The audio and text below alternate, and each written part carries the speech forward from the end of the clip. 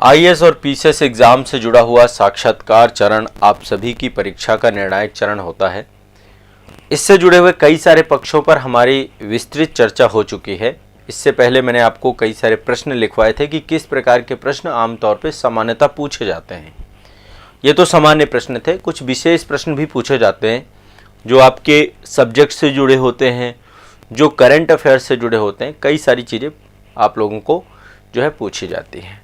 अब आज के सेशन में मैं आपको साक्षात्कार जब भी आप देने जाएं, चाहे आईएएस का इंटरव्यू हो या किसी भी स्टेट पीसीएस का इंटरव्यू हो, सबसे बड़ा जो कार्य होता है साक्षात्कार में वो होता है आपकी बॉडी लैंग्वेज कैसी है, शारीरिक भाषा कैसी है।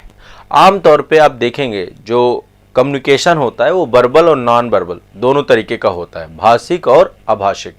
ठीक है, तो जो आपकी शारीरिक भाषा होती है जिसको हम बॉडी लैंग्वेज कहते हैं, इसका सबसे अहम रोल होता है पूरे के पूरे कन्वर्सेशन पे, और हम इसी से अपना प्रभाव ज़्यादा छोड़ते हैं। जो आमतौर पे जितने भी रिसर्च हुई हैं उसमें पाया गया है कि आपका जो शारीरिक भाषा है इसका लगभग 80 से 90% तक रोल होता है शारीरिक भाषा का। और कई बार क्या होता है, आपको तो कुछ बोलने की ज़रूरत नहीं। अभी जैसे बहुत सारी फिल्में ऐसी बनी हैं जिन फिल्मों में आपने देखा होगा कि जो एक्टर है वो कुछ बोलता नहीं है लेकिन वो अपनी छाप छोड़ जाता है। बहुत सारी फिल्में बनी हुई हैं ऐसी।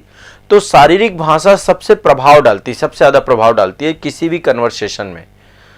इसी तरीके से जब भी आप किसी से मिलते हैं, बातचीत करते हैं, इंटरव्यू देते हैं, तो ऐसे में आपकी शारीरिक भाषा के बारे में आपको सामान्य जानकारी होनी जरूरी है और उसको ध्यान में रखना आपको बहुत ज़रूरी है। मैं आज आपको कुछ चीज़ें आपको बताऊंगा आपकी बॉडी लैंग्वेज से जुड़ा हुआ। तो अभी बॉडी लैंग्वेज को लेकर के एक पहला सेशन है ये। अभी कई सारे सेशन हम लेंगे जिसमें मैं बहुत सारी चीज़ें और ऐड ऑन करूंगा कि क्या क्या चीज़ें आपको ध्यान रखनी चाहिए, क्या नहीं रखनी चाहिए। बट आज कुछ आपको चेक्स बताऊंगा और कोशिश करिए, अभ्यास की चीज़ है, एक दिन में डेवलप नहीं होती। बॉडी लैंग्वेज आपकी एक समय के साथ डेवलप होती है। बॉडी लैंग्वेज मतलब शारीरिक भाषा, ठीक है, तो आप सभी जानते भी होंगे।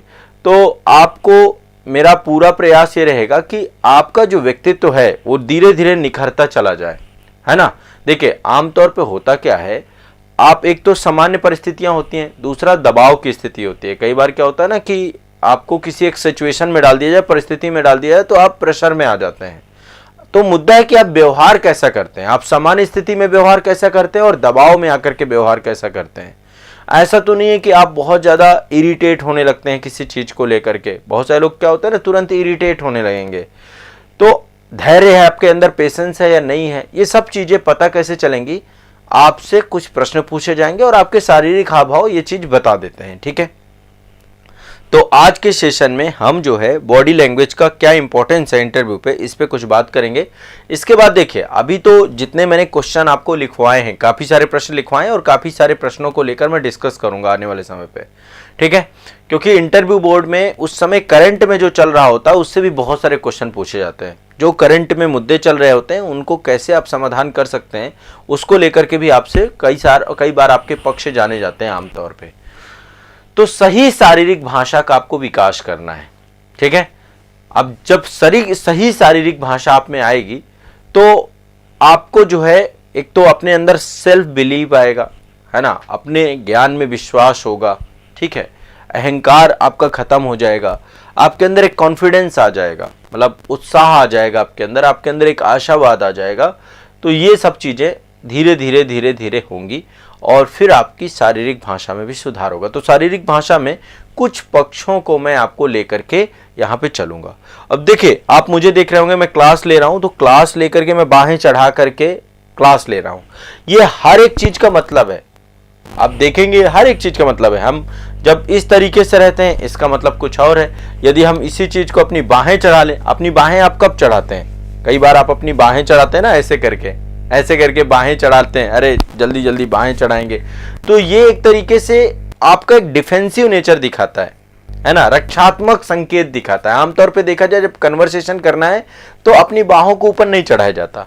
ठीक है, तो ऐसी बहुत सारी बेसिक चीजें हैं जो आपको पता करना है और खासकर इंटरव्यू बोर्ड वगैरह में जाकर के सावधानी आपको बरतनी। पता चला आप गए और जाने के बाद बोर्ड के सामने ही अपनी बाहें चढ़ा के बैठ गए, नहीं, चीजों को समझना है। बहुत आपके शरीर की कैसे, देखिए हर चीज का फर्क पड़ता है। आप कैसे किसी के साथ बैठेंगे तो मित्रता दिखाई देगा, कैसे आप किसी के साथ बैठेंगे तो जो है हो सकता है आपसे उससे विवाद ही हो जाए। जैसे आमतौर पे क्या होता है ना कि जब हम किसी के साथ बैठते हैं, मान लीजिए कोई एक टेबल है ना, मैं यहाँ पे आपको थोड़ा सा एक दो चीज़ें बताता हूँ ताकि आपके अंदर ना एक कॉन्फिडेंस डेवलप हो जाए, धीरे धीरे आएगा। तो जैसे मान लीजिए कोई एक टेबल है ना,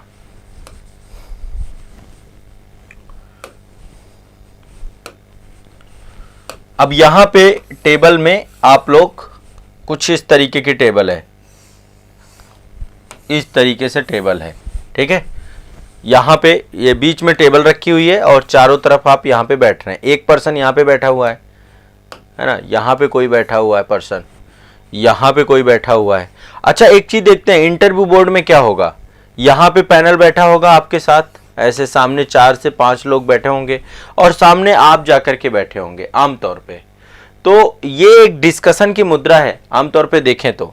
यदि आप किसी के साथ भी बैठते हैं, जैसे मान लीजिए आपका कोई मित्र है, तो मित्र के साथ यदि आप उसके साथ बैठ जाएं बगल वाली टेबल पे, मतलब उसी के साथ जैसे बैठे हैं इसके साथ ही बैठ जाएंगे ना, तो निश्चित तौर पे आपके विचारों की समानता दिखेगी। आप जो भी बातचीत करेंगे तो आपके विचारों में आप एक ऐसा भाव रहेगा। ये देखिए ये सब चीज़ों का फर्क पड़ता है साइकोलॉजी का, कि आप कैसे बैठते हैं, आप कैसे खड़े होते हैं, इन सब का फर्क पड़ता है।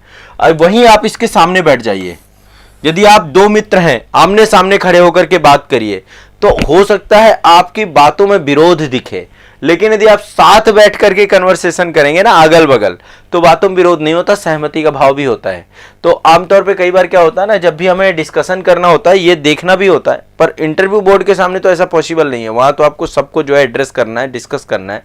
पर मैं आपको बता रहा हूं कि जब भी आप बैठेंगे या खड़े होने में भी हमें ध्यान देना होता है कि किसी के साथ आपका एंगल कैसा है खड़े होने का, किसी के साथ बैठने का एंगल कैसा है ना। या फिर देखिए यहां बैठना होता है, आप कभी भी सामने, सामने का मतलब क्या होता है, आमने सामने, कहते हैं ना आ जाओ आमने सामने एक बार बैठ के बात कर लेते हैं। तो आमने सामने का मतलब ही होता है कि आप अपना पक्ष रखेंगे, सामने वाला अपना पक्ष रखेगा, ये आमने सामने की मुद्रा होती है। और मैं आपको सामान्यता बता रहा हूं, जब 2 पक्षों के बीच में बहुत लड़ाई हो रही हो तो हमेशा आमने सामने रह करके ही वो करेंगे, ठीक है, आमने सामने ही रह करके एक दूसरे का विरोध करेंगे। कभी वो बगल में रह करके विरोध नहीं कर सकता, जैसे आपके इधर खड़े होकर के विरोध नहीं होगा, इधर खड़े होकर तुरंत आपकी मुद्रा बदल जाएगी, आमने सामने हो जाएगी। तो हर एक चीज का फर्क पड़ता है, मतलब बहुत छोटी चीज है बता रहा हूं आपको, ठीक है, ये बहुत बेसिक बातें हैं। चलिए अब मैं थोड़ा सा कुछ पक्ष आपको बताता हूं। देखिए इस पूरे चरण में इंटरव्यू के दौरान पे 3-4 चीजें आपके अंदर तो कम से कम होनी चाहिए। पहली चीज है, और ये सब अभ्यास की चीजें हैं जो आपके अंदर आएंगी, ये तो मैंने एक बेसिक सा एग्जांपल दिया, अभी मैं आपको सब चीज सिखाऊंगा, इमेजेस वगैरह के माध्यम से भी दिखाऊंगा। आने वाले सेशन में कैसे आपको खड़े होना है, कैसे आपको बैठना है, कैसे आपको बातचीत करनी चाहिए, ठीक है। तो वो एक तरीका है, कैसे आपके ड्रेसअप होना चाहिए, जब आप इंटरव्यू बोर्ड के सामने जाएंगे तो क्या आपकी ड्रेस होनी चाहिए, इन सब चीज को लेकर भी डिस्कस करूंगा, पर उस पर हम आएंगे, अभी रुक जाइए। सबसे पहली चीज इंटरव्यू बोर्ड के लिए पहली चीज है आपका जो आपका ज्ञान है, जो भी आप पढ़ के गए हैं, जो भी आपको आता है उसमें आपको विश्वास है या नहीं है, खुद के ज्ञान पे। ऐसा तो नहीं कि आप खुद कंफ्यूज हैं, अपने ज्ञान में आपको भरोसा होना चाहिए। सेल्फ बिलीव बोलते हैं इसको, और सेल्फ बिलीव से ही सेल्फ कॉन्फिडेंस आता है आपका। आपको अपने आप पे भरोसा, कम से कम ऐसा नहीं कंफ्यूजिंग रहे कि आपको किसी ने ए बोला तो आपने कहा हाँ ए सही है, उसने कहा बी सही है तो आपने कहा हाँ बी सही है। तो अपने ज्ञान को आपको ध्यान रखना है और इस चीज को लेकर इतना भरोसा रखना है, और ये चीजें आपकी सब चेहरे में दिखती हैं, आपका कॉन्फिडेंस आपके चेहरे में दिखाई देता है, ठीक है। तो आपका आत्मविश्वास जो होता है ना, इसी से निकल के आता है। जब आपको अपने ऊपर भरोसा होता है, अपने ज्ञान में विश्वास, अपनी बातों में विश्वास, अपने आप में विश्वास, तो ये इसी को कहते हैं आत्मविश्वास, कॉन्फिडेंस। और ये सब कुछ निकल के आता है, ये भी अपने आप में एक एनर्जी है। मैं हमेशा कहता हूं आत्म भरोसा भी अपने आप में एक ऊर्जा है, अपने ऊपर, खुद के ऊपर भरोसा ही एक ऊर्जा है, ठीक है। तो ज्ञान आपका इस पे, देखिए अहंकार अलग चीज है, आप अहंकार से मत इसको लिए। बहुत सारे लोगों को क्या होता है ना, अपने अपने छोटी छोटी चीजों पर 2 चीजें होती हैं। एक तो होता है कि आपको अपने आप पे प्राउड है, प्राउड मतलब गर्व है। दूसरा अहम का भाव है। अहम का भाव कहीं ना कहीं पे नकारात्मक पक्ष है, नकारात्मक है। इसको हम ईगो भी बोलते हैं। अहम की भूमिका, इसको इथिक्स में आप पर्टिकुलर पढ़ेंगे, मैं एक पर्टिकुलर एक टॉपिक ही वहाँ पर आपको लेकर चलूँगा कि अहम की भूमिका किस तरीके से प्रशासन पे काम करती है या किस तरीके से आपके बिहेव को दिखाती है, उस पर हम बात करेंगे ईगो को लेकर के। दूसरा क्या है आपका, आपको प्राउड होता है अपने काम पे, कहते हैं ना मुझे अपने काम पे गर्व है, अभिमान है। ये एक सकारात्मक चीज़ है, गर्व होना चाहिए हमें अपने आप पे, लेकिन बहुत ज़्यादा प्राउडी नहीं होना चाहिए कि आपको इतना ज़्यादा कि आप, हो सकता है कि सेल्फ सेंटर पर्सन हो, आपको अपने ज़्यादा किसी के अंदर जो है मतलब किसी के जीवन में क्या चल रहा है उस पर ज़्यादा जाने की आपकी आदत ना हो, बहुत अच्छी बात है। आप क्यों किसी के जीवन के किसी की लाइफ में जाएंगे, है ना, क्यों किसी की लाइफ को जाकर के आप इंटरफेयर करेंगे, नहीं करेंगे। लेकिन आपका काम होना चाहिए कि आप अपने जीवन में कोई भी जो है अहंकार ना रखें, अहम भाव ना रखें, अपने ज्ञान पे आश्वस्त रहें, नम्र रहें और आदर दिखाएं। ठीक है, इसका उल्टा क्या है, आपके अंदर की विनम्रता का भाव कितना है, विनम्र रहें। गर्व तब आपका ज्यादा अच्छा होगा जब आप विनम्र रहेंगे, दूसरे के सामने एक नम्रता का भाव, झुक करके बात करना, कोई इसमें बुराई नहीं है, आदर का भाव, ये दो पक्ष आपके जीवन में बहुत जरूरी हैं। यदि आप जितना विनम्र होगे, जितना आपके अंदर एक तरीके से, जितनी आपकी हाइट बढ़ती जाएगी, जितने बड़े लोग आप देखोगे ना, अमीर लोग या जितने ऑफिसर रैंक के लोग देखो, बहुत विनम्र होते हैं, वो बहुत अच्छे से मिलेंगे, बहुत अच्छे से डील करेंगे। यही आपके ज्ञान को दिखाता है और इसी से आपके ज्ञान में भरोसा बढ़ता है। तो आपको पहले तो ये दो गुण लाने हैं, नम्रता का भाव, किसी से भी मिलिए बहुत सहजता से मिलिए, सहजता से बात करिए, अपनी चीज़ों को दिखाने की कोशिश मत करिए कि आपने ये अर्जित कर लिया, आपने ये अर्जित कर लिया, आपके पास ये है, आपके पास ये है। अच्छा, कुछ लोगों के अंदर एक भाव और होता है, जैसे मान लीजिए कोई अपनी कोई भी बड़ाई बताए, ठीक है, ये कई बार चेक करिएगा कि आपके अंदर है कि नहीं है। तो जैसे ही कोई अपनी कोई बड़ाई बताएगा तो जो दूसरा सामने वाला होता है, कई बार आप उसे देखेंगे भी तो आपको पता भी चल जाएगा, वो धीरे धीरे उसके अंदर ईगो जगने लग जाता है, वो आपकी बात को काटने लग जाएगा, अपनी बात बताने लग जाएगा। ठीक है, ये आमतौर पे हम सब में एक भावना होती है कि हम अपने पक्ष को ज्यादा रखना चाहते हैं, दूसरे के पक्ष को सुनना नहीं चाहते। ठीक है, ईर्ष्या भावना भी इसे कहते हैं, ये आती है, मतलब ये अपने आप में स्वाभाविक गुण है। ज्यादातर लोगों में ईर्ष्या भावना होती है, जितने लोग आपके जितने करीबी होंगे वो ईर्ष्या भावना से भर जाएंगे। जैसे घर में आपके माता पिता किसी दूसरे पड़ोसी की बात करें कि पड़ोसी का लड़का बहुत अच्छा है, तो आपके मन में ना उसके प्रति ईर्ष्या सी आएगी, आपको जलन सी होगी कि यार उसकी बड़ाई हो रही, मेरी नहीं हो रही है। हर आदमी अपनी आत्म प्रशंसा चाहता है, ठीक है, स्वाभाविक तौर पे। तो जब कभी इस तरीके की स्थिति बनती है तो ये स्थिति अच्छी नहीं होती, ये भी नकारात्मक भाव है। दरअसल आपके अंदर होना क्या चाहिए कि दूसरा यदि कोई भी बात अपनी रख रहा है उसको विनम्रता पूर्वक सुनिए, सहज रहिए, है ना, विनम्र रहिए, नम्र रहिए। ये नहीं कि उसकी बात को आपने काट दिया और काटने के बाद फिर आप अपने पक्ष को ज्यादा प्रायोरिटी दे रहे हैं। ऐसा इंटरव्यू में दिख जाएगा यदि आप होगे तो, कोई ना कोई ऐसा समय आएगा जिस समय पे फिर आप जो है एक दो क्वेश्चन में इस तरीके के भाव आपके दिखते हैं और ये भी नकारात्मक है।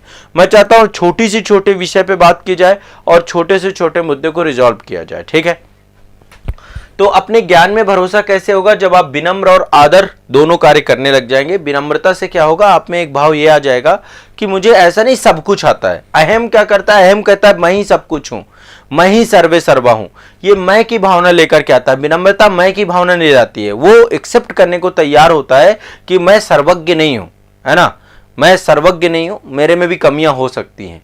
ठीक है, तो ये भी ध्यान में आपको रखना है। ठीक, ये सब कुछ आपके बातों में, आपके चेहरे में, आपके कॉन्फिडेंस में, सब चीज़ों में लगेगा, आपको बहुत इसका जो है बेनिफिट होगा।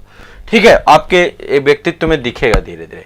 तो पहली चीज़ है ज्ञान में, अपने ज्ञान में भरोसा होना चाहिए और इसके लिए आपको विनम्रता और आदर, ये दो भाव लेकर आना है। किसी से भी मिलिए बहुत विनम्र भाव से मिलिए, ये अभ्यास में लाइए अपने। दूसरा, उत्साह। उत्साह भी यही है जो मैंने अभी आपको बताया ना, आत्मविश्वास से ही उत्साह आता है। आप उत्साहित तब रहते हैं जब आपको अपने ऊपर भरोसा होता है कि मैं जो भी कर रहा हूं गलत नहीं कर रहा हूं। अपने ध्येय के प्रति समर्पित रहता है व्यक्ति, है ना, जो आपका लक्ष्य है, लक्ष्य के प्रति समर्पित, लक्ष्य के प्रति समर्पित। जैसे मेरे से बहुत सारे बच्चे एक चीज पूछते हैं कि सर आप सुबह से लेकर शाम तक पढ़ाते रहते हैं, है ना, जब कभी मैं ऑफलाइन में मिलता हूँ, किसी उसमें मिलता हूँ, इतना बिजी लाइफ होने के बाद भी आप मस्त कैसे रहते हैं? जो आपके अंदर सुबह मस्ती रहती है वही आप शाम को भी बढ़िया रहते हैं।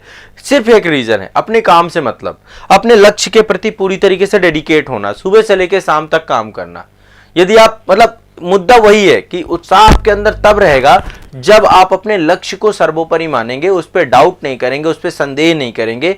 ये आपको ध्यान रखना है, ठीक है। सबसे पहली बात, जब कभी भी आपसे कोई चीज पूछे, मान लीजिए कोई आपसे कोई चीज पूछी जा रही है, तो पहले तो सुने। ये आप अपनी आदत में सबसे पहली चीज लेकर के आए, सुने। इसके बाद जब आपको समय दिया जाता है उसमें आप बढ़िया से उत्तर दीजिए। ना तो कम बोलना है कि आप बोल ही नहीं रहे हैं, कम बोलना भी नकारात्मक है ना। और साक्षात्कार को फिर रुचि नहीं आएगी जब आप कम बोलेंगे। कोई व्यक्ति है आपसे उससे कोई क्वेश्चन पूछ रहे हैं, कभी आपने एक चीज यदि वो की हो, मैं आपको एक जो है छोटा सा उदाहरण देता हूं और इस उदाहरण से आप एक बहुत बड़ी बात सीख जाएंगे। शायद मेरे ख्याल से ये उदाहरण आपको पूरी तरीके से एक दिमाग में जो आपके कन्फ्यूजन है ना उसको क्लियर कर देगा। ध्यान से समझने की कोशिश करिएगा। मान लीजिए आपके साथ कोई खड़ा है, ठीक है, आपसे कोई चीज बात कर रहा है, कोई भी व्यक्ति, ठीक है। तो जब आपसे कोई व्यक्ति बात कर रहा है और या फिर आप उससे बात कर रहे हैं, तो आप उससे मान लीजिए कोई क्वेश्चन करते हैं, कोई भी क्वेश्चन करते हैं कि अच्छा ये काम आपने कब किया था। अब वो कोई रिप्लाई ना करे, ठीक है, एक बार किया, फिर दोबारा आप बोलते हैं। कई बार गार्जियन होते हैं ना घर में, गार्जियन को किसी बात पे आप गुस्सा हो गए, नाराज हो गए, तो गार्जियन पूछते हैं आपसे, तो आप बताते नहीं है।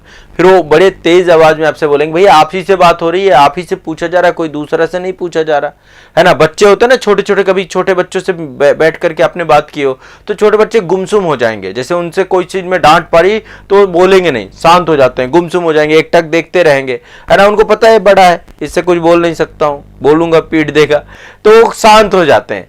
तो आप उसको बार बार प्रवोक करते हो कि कुछ बोलो, बोल क्यों नहीं रहे हो।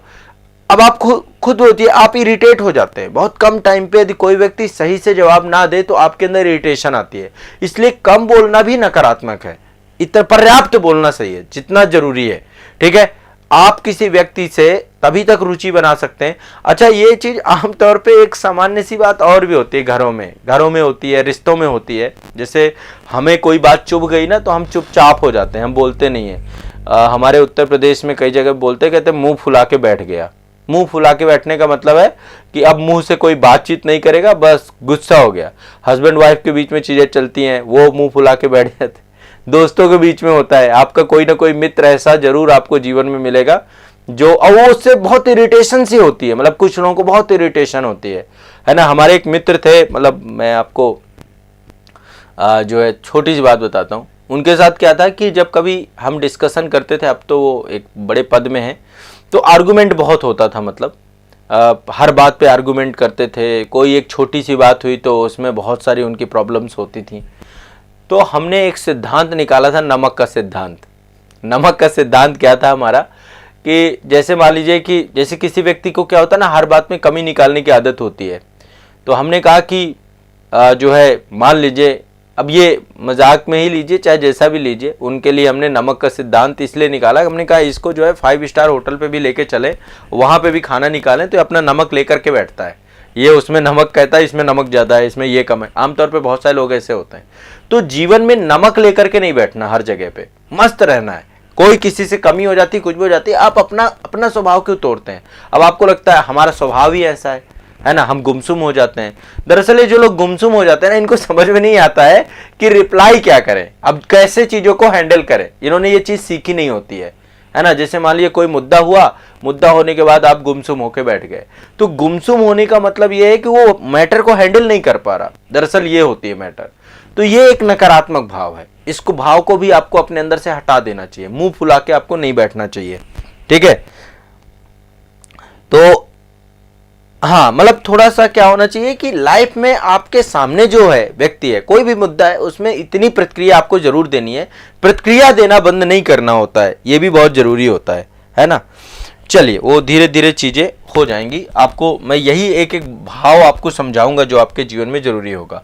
उत्साह आपके अंदर कैसे रहेगा, जब आप अपने लक्ष्य के प्रति पूरी तरीके से समर्पित रहेंगे, और जब भी आपसे कोई चीज पूछी जाए आप जो है उसको मतलब उत्तर दें, सही से उसका उत्तर दें, ताकि आपसे सामने वाला भी रुचि बना के रखे, ठीक है।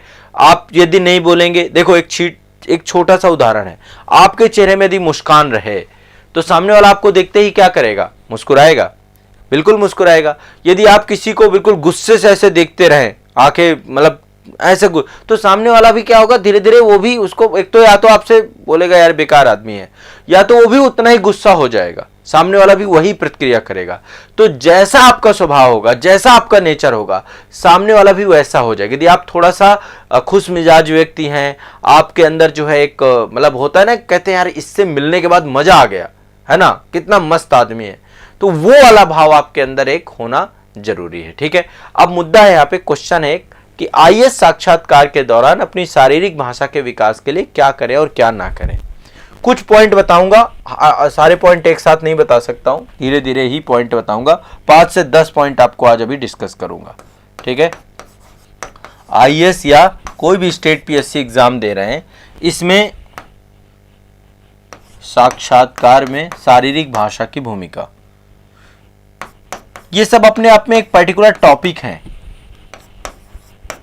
और जब आप इंटरव्यू बोर्ड में मॉक इंटरव्यू देंगे, कुछ भी देंगे, तो आपको बताया जाएगा कि देखिए आप में थोड़ा सा आपको अपने इन लहजों को सुधारना है ना।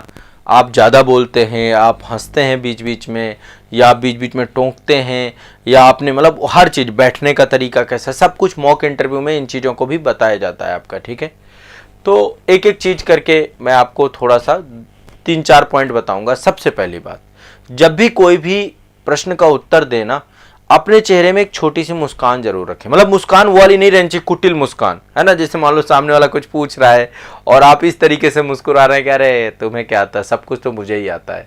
ठीक है, तो संतुलित मुस्कुराहट रहनी चाहिए चेहरे में, एक मुस्कुराहट वो वाली अहंकार भाव वाली मुस्कुराहट नहीं होनी चाहिए। आप समझ रहे होंगे मैं क्या कह रहा हूँ, है ना। अहंकार भाव वाली मुस्कुराहट अलग होती है। जब आप किसी से बहुत चिढ़ जाते हो ना, तो फिर आपके अंदर अहंकार भाव वाली मुस्कुराहट आ जाती है।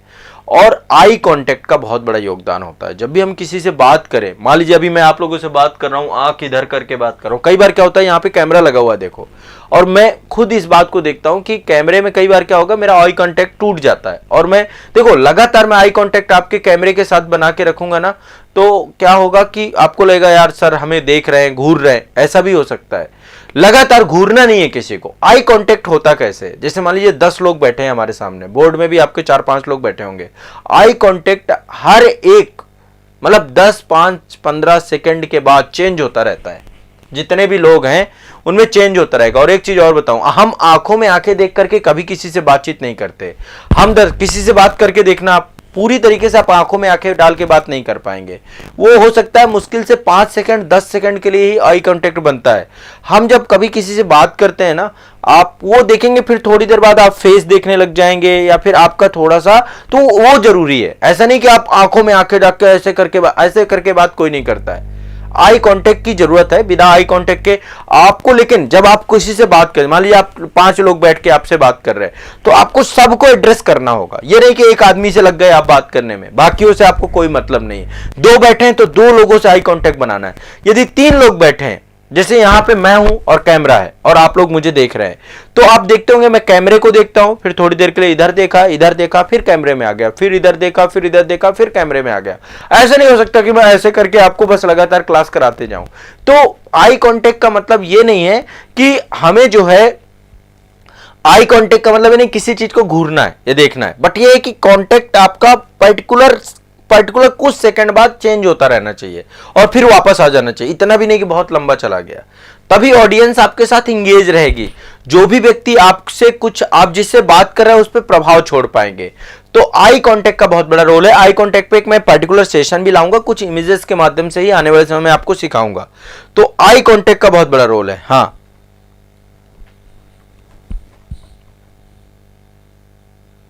हाँ देखो, संदीप राय जी ने कहा कि सर पहले मुस्कान को ही डिफाइन कर दीजिए, क्योंकि ऐसे मुस्कुरा दिया।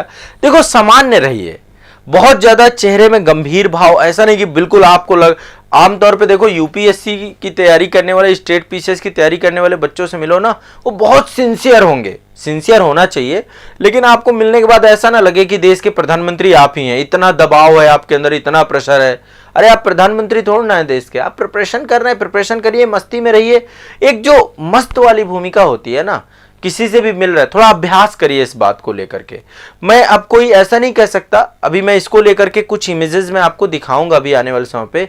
आपकी मुस्कुराहट कुटिल और बनावटी नहीं होनी चाहिए। अब यहां से आप समझ सकते हैं, जैसे एक बनावटी मुस्कुराहट होती है ना, कि आप बनावटी मुस्कुराहट कर रहे हैं। बनावटी मुस्कान नहीं होनी चाहिए आपकी, सामान्य मुस्कुराहट, है ना। मन में शांति का भाव, जब भी किसी से बात करिए सामान्यता उसकी बात को सुनिए, ठीक है। और बीच बीच में थोड़ा थोड़ा मुस्कुराइए, स्माइल करिए, जैसे कोई भाव आपको लगता है आप उसमें स्माइल करिए। जहां पे लग रहा है थोड़ा थोड़ा गंभीर होना भी जरूरी है, कोई ऐसा मुद्दा आ गया, अब मान लीजिए कोई अपनी संवेदनाएं बता रहा है आपसे, मान लो उसकी आर्थिक स्थिति खराब है, उसके घर में कोई खत्म हो गया है, अब आप वहां पे आप मुस्कुरा रहे हैं, फिर कैसे होगा, पूरा नकारात्मक हो जाएगा ना। तो ये भाव संवेदनाओं के साथ बदलते रहते हैं, समझ। लेकिन ऐसा नहीं कि आप पूरे व्यक्ति ऐसे हैं कि आप सामने वाले को पूरे टाइम तक मुस्कुराते ही उस भाव आपको बदलने पड़ेंगे, और पूरे टाइम तक बिल्कुल आप गम में बैठे हुए हैं। मुस्कुराहट आपके चेहरे का एक हिस्सा जब बन जाएगा ना, आप देखेंगे कितना परिवर्तन हो जाएगा आपकी पर्सनालिटी में। कुछ बोलने की जरूरत नहीं पड़ेगी, लोग आपके पास आएंगे और आकर के एक पॉजिटिव फील करेंगे, समझ रहे हैं। तो मुस्कुराहट कुटिल नहीं होनी चाहिए कि आप सामने वाले का मजाक उड़ाने के दृष्टिकोण से, वो आपको भी पता है। आप जब इस तरीके का भाव रखते हैं, सामान्य रहिए, बिल्कुल से सामान्य रहिए, किसी से भी मिलिए, थोड़ा सा हल्का सा आपके चेहरे में स्माइल हो, पूछिए उसके बारे में कि कैसे हो, क्या हो, इसके बाद उसको सुनिए। बहुत ज्यादा बोलेंगे फिर उसको लगेगा कि यार ये बनावटी है व्यक्ति, ठीक है, फेक है। तो आप शायद इस बात को समझ रहे होंगे सभी लोग, ठीक है। हाँ, तो बनावटी नहीं करना है, कि बनावटी बहुत सारे लोग जो है हंसते हैं ना, वो फिर जबरदस्ती हंसेंगे, जबरदस्ती करेंगे, वो चीज नहीं होनी चाहिए। सामान्य रहेंगे तो चीजें बढ़िया रहती हैं, ठीक है। दूसरा देखिए, जब कभी भी आप कन्वर्सेशन करते हैं, किसी के साथ बैठते हैं या इंटरव्यू बोर्ड के सामने बैठेंगे, तो अपने कपड़ों के बारे में बहुत ज्यादा चिंता नहीं करनी है, ठीक है। कपड़ों के बारे में जितनी चिंता करनी है, जब आप घर से निकले, ड्रेसिंग रूम में शीशे के सामने सब देख लिया, टाई सही है, ये सही है, वो सही है, कभी भी कहीं पर भी जाइए, ये नहीं कि बात बात में आप अपने कपड़े सही कर रहे हैं, ठीक है। ये भी चीज ध्यान रखना है, बात बात में कपड़े सही नहीं किए जाते हैं, बात बात में कपड़े नहीं सही करना है। एक बार हो गया, फिर इसके बाद मस्त है, आपने एक बार देख लिया, हाँ ठीक है, ये आपका ड्रेसअप है, पूरा इन है, शर्ट इन है, अंदर टाई लगी हुई है, बेल्ट सही है, सब कुछ सही है। अब ये पता चला हर बात में आप पैंट ही सही कर रहे हैं, हर बात पे शर्ट ही सही कर रहे हैं, ये भी एक नकारात्मकता दिखाता है, ठीक है। तो बहुत ज्यादा अपने कपड़ों के बारे में चिंता नहीं करनी है, ठीक है। बस ये देखना है कि हाँ ठीक है, एक बार पहन लिया, अब सब कुछ ओके है। और ऐसे कपड़े वैसे भी हमें पहनने भी नहीं चाहिए जो हमें असहज महसूस कराएं। हमारे इंटरव्यू के तो मैं कपड़े आपको बताऊंगा, वो पोशाक तो भी है, सामान्य जीवन में भी आप कोई ऐसा कपड़ा मत पहनिए कि आप खुद असहज लग रहे हैं। कॉन्फिडेंस आना चाहिए, कोई भी कपड़ा पहनिए आप, कपड़े में कोई बुराई नहीं होती, बस आपके अंदर मतलब ये नहीं, कॉन्फिडेंस ही नहीं आपका आ रहा कपड़े पहन करके। कई बार आप देखेंगे ना, फिल्म इंडस्ट्री में तो मान लीजिए चलो चलता है, कई बार हीरो को देख लेंगे, हीरोइनों को किसी को भी देख लेंगे, आपको खुद भरोसा नहीं हो रहा, आप कोई भी कपड़े में कोई बुराई नहीं है। लोग कपड़े को लेकर कमेंट करते रहते हैं ना, देखो कैसे कपड़े पहने, हर कपड़ा सही है, लेकिन कॉन्फिडेंस के साथ पहनिए। यदि कॉन्फिडेंस आपको आ रहा है कपड़े में तो कोई दिक्कत नहीं है। और जब आप कभी मीटिंग करते हैं, इंटरव्यू में जाते हैं, कई बार आप मुझे देखते हैं, मैं सूट बूट में आपको मिलूंगा, ठीक है। मुझे जबकि इस तरीके से रहना बहुत पसंद है, मैं सोचता हूँ बच्चों के सामने ही तो जा रहा हूँ, थोड़ा सा मस्त होकर के जाता हूँ, थोड़ा सा मैं इसमें अपने आप को कंफर्ट और बहुत कॉन्फिडेंट फील करता हूँ। लेकिन जब सामान्यतः हमें जाना पड़ता है, 4 लोगों से 10 लोगों से मिलना है, तो फिर एक ड्रेस कोड होता है प्रॉपर। तो इंटरव्यू बोर्ड के सामने आपका एक प्रॉपर ड्रेस कोड होगा, ठीक है। तो वो ड्रेस कोड मैं आपको बताऊंगा, ठीक है। ड्रेस कोड आपको क्या पहनना है वो आप बताऊंगा, ठीक है। उस पर डिस्कस करेंगे, आगे चर्चा करेंगे। हमारे कलर भी होते हैं, जैसे मेरा साथ क्या है, मुझे हमेशा ज्यादातर आप देखेंगे मुझे व्हाइट कलर ज्यादा पसंद है। मतलब आप लोगों ने गौर किया है नहीं किया है, जैसे हमारी संस्था की जो हमारी शर्ट है व्हाइट कलर की है, व्हाइट और ज्यादा से ज्यादा फिर ब्लैक सेकंड नंबर पे, ठीक है। 2 कलर, ये अपनी अपनी पसंद होती है, पर मुझे व्हाइट में ज्यादा कॉन्फिडेंस आता है। तो जब भी मैं मतलब आमतौर पे व्हाइट कलर पहनता हूं तो मेरे अंदर एक अलग सा सुकून सा महसूस होता है, सामने वाले के प्रति भी मुझे लगता है कॉन्फिडेंस होगा, चीजें होंगी। तो अपना कलर सिलेक्शन भी होता है कि आप जब पहनते, कोई ऐसा नहीं कि बिल्कुल रंग बिरंगा चटक कलर पहन लिया, उसमें भी दिमाग में कॉन्फिडेंस नहीं होता है। हर चीज को देखना पड़ता है कपड़े में कि आपका कलर कॉम्बिनेशन क्या रहना, ड्रेसिंग सेंस बोलते हैं इसको। तो ड्रेसिंग सेंस में अलग से सेशन लूंगा मैं, अभी इन पे भी डिस्कशन करेंगे। आई कॉन्टेक्ट पे एक अलग सेशन लेंगे, कपड़ों को लेकर एक अलग से सेशन लेंगे, ठीक है। आमतौर पे जब कभी भी हम बैठते हैं, जैसे मान लीजिए कोई कुर्सी आपको चेयर मिली, तो चेयर में जब कभी आप बैठें तो कोई चेयर, अभी कैजुअल तौर पे आप देखते होंगे तो एक किनारे हम होकर के बैठ जाते हैं। कई बार एक किनारे आप पूरा भार दे देंगे या एक किनारे होकर बैठ जाएंगे, ऐसा नहीं बैठते। इंटरव्यू बोर्ड के सामने जब भी जाना है सामान्यता बैठना है। गए चेयर में बैठ गए, ना तो एक किनारे होकर के बैठे और ना जो बहुत ज्यादा, तो बहुत सामान्य तरीके से बिल्कुल बढ़िया से संतुलित तरीके से बैठना होता है। उस पर भी बात करेंगे। एक चीज और बताऊं, कई बार क्या होता है जब हम वार्तालाप करते हैं, बातचीत करते हैं, तो बार बार में अपने सर में उंगली फिराने लग जाते हैं, ऐसे करके करने लग जाएंगे, ऐसे करके देखने लग जाएंगे। आप लोग कभी गेस करना, आपके दोस्त यदि आपसे बातचीत कर रहे हैं तो जब कभी हम अपने सर में उंगली फेरते हैं ना, ये अनिश्चितता का संकेत करता है। ये करता है श्योर नहीं है, ये पता चल जाता है। ये आपकी बॉडी लैंग्वेज है जिससे आप मतलब आपको पता नहीं है। आप जैसे आमतौर पे देखिएगा एग्जाम हॉल पे क्या होता है, बच्चे को यदि पता नहीं होगा ना तो वो सर पे फिराने लग जाएगा, सर पे करने लग जाएगा, पेन लेकर के ऐसे करने लग जाएगा। तो ये दिखाता अनिश्चितता का संकेत कि इसको चीजें क्लियर नहीं हो रही। ये आपको प्री का जब पेपर देते हैं ना, वो 4 ऑप्शन में जब आप कंफ्यूज होते हैं तब सर बहुत खटकाते हैं आप, वो आमतौर पे होता है सामान्यतः। लेकिन जब इंटरव्यू बोर्ड के सामने रहे, थोड़ा बचे इस चीज से, सर पे उंगली ना फिराएं, यहां पे बैठ के सोचे ना, सामान्यतः रहे। थोड़ा सा ये भी ध्यान रखना होता है। मैं थोड़ा सा आपको बता रहा हूं, फिर आगे मैं आपको इसको डिटेल में बताऊंगा। एक चीज और होता है, कई बार होता है बात करते करते हम अपना चेहरा छूने लग जाते हैं, ऐसे करके बैठ जाएंगे, है ना। कई बार चेहरा ऐसे टच करने लग जाएंगे। ये कंफ्यूजन का मैसेज है, मतलब ये इससे पता चलता है आप कंफ्यूज हैं। जो चेहरा, जैसे बालों में तो क्या होता है हम अनिश्चित होते हैं कि अच्छा ये रिप्लाई करूं ना करूं, ये सारी चीजें हैं। लेकिन जब चेहरा हम टच करते हैं ना अपना, तो ये कंफ्यूजन है, संकेत है कि कंफ्यूज्ड हो गया। कभी बच्चों को देखना, बच्चों से कोई भी चीज पूछोगे वो अपना चेहरा पकड़ लेंगे, ऐसे सोचेंगे, वो कंफ्यूज होते हैं किसी चीज को लेकर, इधर जाऊं, ये करूं ये ना करूं, है ना। उनका अलग ही चलता है मामला, ठीक है। तो जब कभी कंफ्यूजन का भाव होता है, हम बात में अपना चेहरा छूते हैं। तो बात करते समय आपको अपना चेहरा नहीं छूना चाहिए, ठीक है, क्योंकि वो क्या होता है सामने वाले को थोड़ा सा प्रभाव नकारात्मक कर देता है। और इंटरव्यू बोर्ड में आपको पता है वहां पे तो इस स्तर के लोग बैठे हुए हैं जिनको एक अच्छा खासा अनुभव है, मनोविज्ञान की भी समझ रखते हैं, हर तरीके के लोग होते हैं, ठीक है। एक चीज और है, कभी भी जब भी आप कोई चीज बात करें ना, घृणा ना करें किसी से भी, ना तो घृणा करें, ना तो ईर्ष्या करें, ना तो नर्वस हो। जब भी आप नर्वस होंगे आपके अंदर की घबराहट दिखाई देगी, चेहरे में ही दिखाई देगी कि अच्छा आप घबराए हुए हैं। बात करने में आपके शब्दों में भी कई बार क्या होगा, बोलना कुछ चाहोगे बोल कुछ और दोगे, ठीक है। तो घृण और नर्वस जो होती है ना, घबराहट को दिखाती है। एक चीज और है बता रहा हूं, कई बार बातचीत करते करते ना हम अपनी मुट्ठियों को ऐसे करके छूते हैं, मुट्ठियों को बांध लेते हैं, मुट्ठी को मतलब कई बार होता है ना हाथ को बंद कर लेंगे, ऐसे टच करेंगे, ऐसे करेंगे, बातचीत करते करते हैं। दरअसल ये भी नहीं करना चाहिए। ये आक्रामकता को दिखाता है, ये क्रोध को दिखाता है कि आपके अंदर क्रोध का भाव पनप रहा है, आप क्रोधित हो रहे हैं। समझ रहे हैं बात को? जब ऐसे, तो ये आप एक बार, मैं ये कह रहा हूं अपनी बॉडी लैंग्वेज को आपको खुद समझना है और आप सामने वाले की बॉडी लैंग्वेज करें। मैं अभी बहुत सारे पक्ष आपको बताऊंगा। कई बार क्या होता है बातचीत करते करते आप जैसे मान लीजिए बैठे हुए हैं, क्लास में मैं आमतौर पे जरूर देखता था कि अभी भी मैं जैसे किसी से बातचीत करते करते क्या होता है कि एक तो हम क्या करते हैं, ऐसे कर लेते हैं, हाथ पूरा बंद करके बैठ जाएंगे, है ना। हाथ पूरी बंद करके, जैसे अभी मैं पूरी क्लास ऐसे कराऊं आपको, तो आपको कैसा लगेगा? हाथ करके बंद करने का मतलब है कि भैया तुम्हें जो बोलना है बोलो, मुझे कोई फर्क पड़ता नहीं, है ना। मैं बंद विचार, मतलब इससे क्या हो रहा है, आपने अपनी पर्सनालिटी को बंद कर लिया, आप डिफेंसिव हो गए, आप अब सामने वाले के विचारों को स्वीकार नहीं करना चाहते। यदि आप हाथ खोल करके बात करते हैं, आप देखिए आपका दायरा भी बड़ा हो जाता है और दूसरा आप सामने वाले के विचारों को एक्सेप्ट भी करते हैं। तो जब कभी भी कन्वर्सेशन करनी है, बातचीत करनी है, तो आप अपने हाथों का प्रयोग करिए और हाथों को खुला रखिए। जितना हाथों को खुला रखेंगे, पैरों के बीच में इतना प्रॉपर कितना गैप होना चाहिए, ये सब कुछ इमेजेस के माध्यम से बताऊंगा। इसमें आपको अपने हाथों को प्रॉपर यूज करना चाहिए, हाथों से भी आपको बताना है, लेकिन हाथों को ओपन रखना। आप कई बार आप देखेंगे कि जब कभी मैं क्लास लेता हूं तो क्लास लेते समय मेरे हाथ ज्यादातर आपको चलते हुए मिलेंगे, है ना। ये बॉडी लैंग्वेज में एक बहुत बड़ी भूमिका होती है इसकी, और हाथ हमेशा मैं खोल करके ही रखता हूं। तो ये दिखाता है कि मैं आपके विचारों को भी स्वीकार रहा हूं, आपके विचारों को भी एक्सेप्ट कर रहा हूं, ठीक है।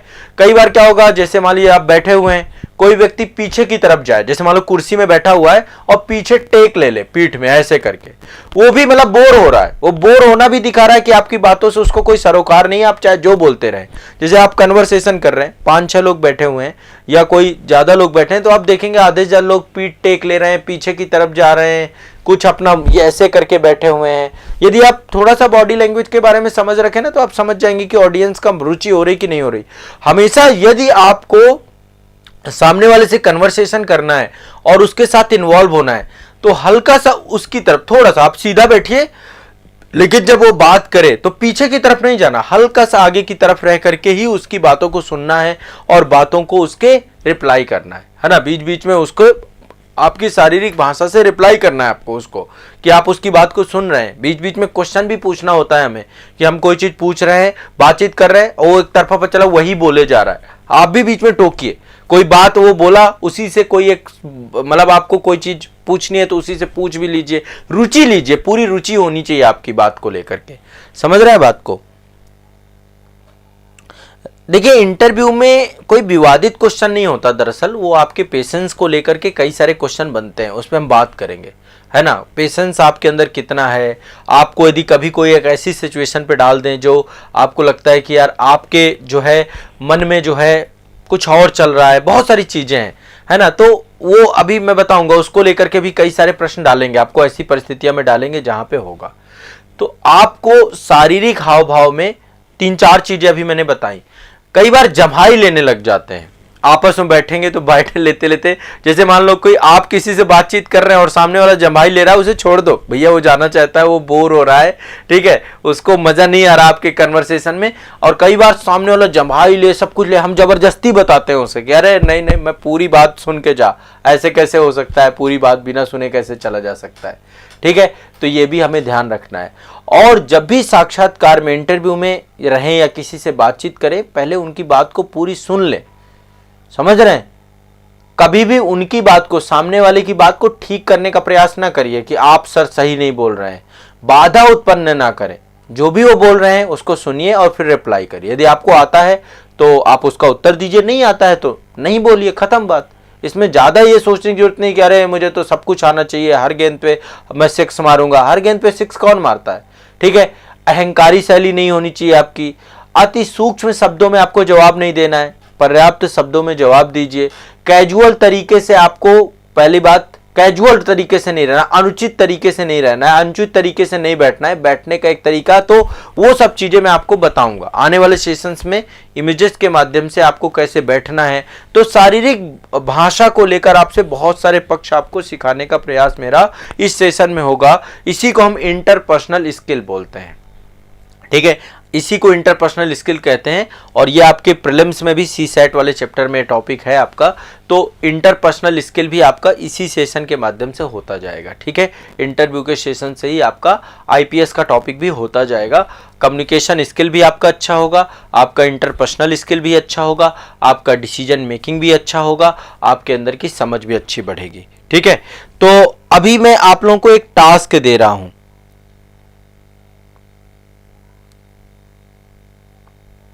अब आपको एक टास्क दे रहा हूं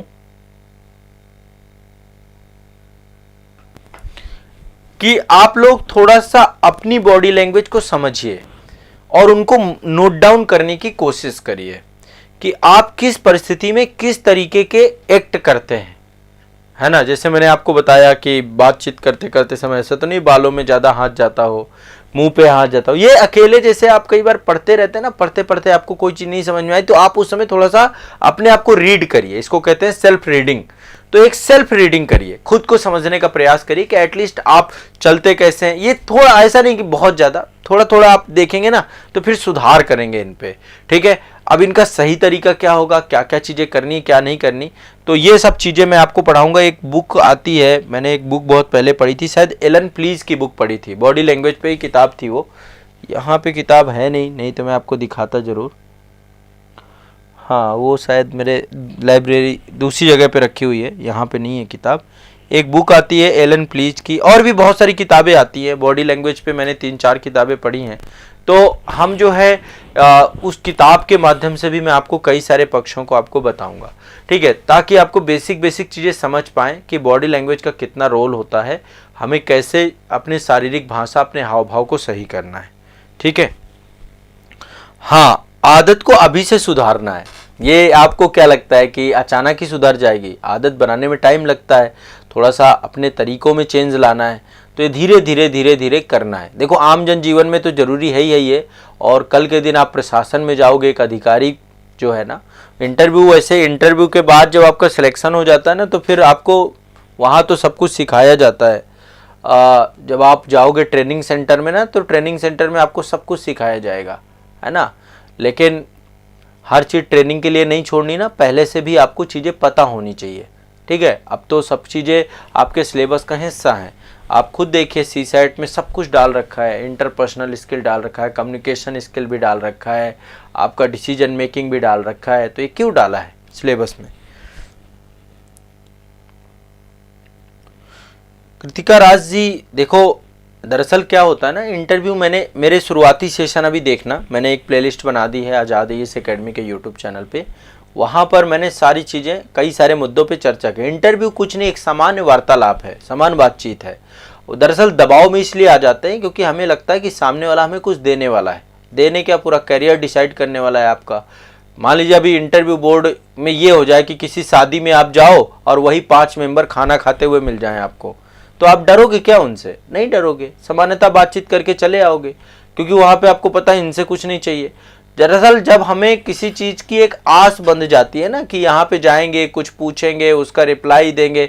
अभी आप जॉब के लिए, इंटरव्यू के लिए जाओ प्राइवेट सेक्टर में, तो आपको लगता है यार नौकरी नहीं मिलेगी, क्या करूँगा। वो अनिश्चितता का जो भाव आपके मन में रहता है ना, वही आपका डर है, वही आपको डराता है। वो जो आपके अंदर की एक आपकी शैली बनी हुई है ना, वो चीज़ सुधर जाएगी। डरना नहीं है, डरने से कुछ नहीं होगा।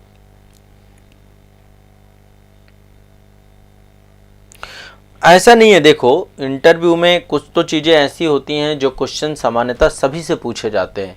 आम प्रश्न होते हैं, कुछ सामान्य प्रश्न होते हैं। हाँ, कुछ आपके जो आपका बायोडाटा होता है उससे क्वेश्चन बनते हैं, आपकी हॉबी से क्वेश्चन बनते हैं, करंट अफेयर से क्वेश्चन बनते हैं, आपके विषय वस्तु से क्वेश्चन बनते हैं, आपके एकेडमिक जीवन से बनते हैं। ये सब चीज़ें शुरू में मैं डिस्कस कर चुका हूँ, ठीक है। तो आज के सेशन में बॉडी लैंग्वेज पे बात की हमने। अभी आने वाले समय पे विभिन्न मुद्दों को अभी थोड़ा थोड़ा उठाएंगे, फिर आगे चल के इन्हीं को मैं डिटेल एक्सप्लेन करूंगा कि हमने बॉडी लैंग्वेज पे ही 5-6 लेसन किए, क्लास की। ऐसे ही हमने जो है हर एक मुद्दे पे यहाँ पे डिस्कशन करेंगे। मैं बहुत सारे हाव भाव भी बताऊंगा, आई कॉन्टैक्ट भी बताऊंगा, सब कुछ आपको बताऊंगा, ठीक है। तो धीरे धीरे आपको चीज़ें होंगी। अभी तो आप लोग देखो प्री और मेंस क्वालिफाई करिए, फिर इसके बाद जब आपका मेंस हो जाए उसके बाद इंटरव्यू के लिए मुझसे एक बार आप मुलाकात ज़रूर करिएगा। मॉक इंटरव्यू तो देखिए ठीक है, लेकिन आप एक बार मुझसे मिलेंगे तो मैं आपको बहुत सारे इनपुट दे दूंगा। बहुत सारे बच्चे ऐसे रहे जिनका मेंस क्वालिफाई हुआ, आज सिलेक्टेड है, चयनित है, और जब इंटरव्यू की बात आई तो बहुत सारे बच्चे आए, तो मैंने कई सारी बातें उनको इनपुट बताए, जैसे डिटेल एप्लीकेशन फॉर्म को लेकर के कैसे आपको भरना है। मेंस के बाद एक बार आप मुझसे संपर्क कर सकते हैं, मैं आपकी पूरी मदद करूंगा, ठीक है। हर तरीके से बहुत सारे मुद्दों को लेकर डिस्कस करूंगा आपसे, ठीक है। चलिए आज के सेशन को यहीं तक रखते हैं और मिलते हैं नेक्स्ट सेशन पे। अगले सेशन पे और मुद्दों को लेकर आएंगे, धीरे धीरे चीज़ों को इंक्लूड करेंगे। अभी हम बेसिक लेवल पे चीज़ों को देख रहे हैं, फिर धीरे धीरे इनको और बढ़ाएंगे। चलिए आज का सेशन कैसा लगा एक बार ज़रूर मुझे प्रतिक्रिया दीजिएगा, है ना। आपकी प्रतिक्रिया बहुत ज़रूरी होती है। चलिए शुक्रिया।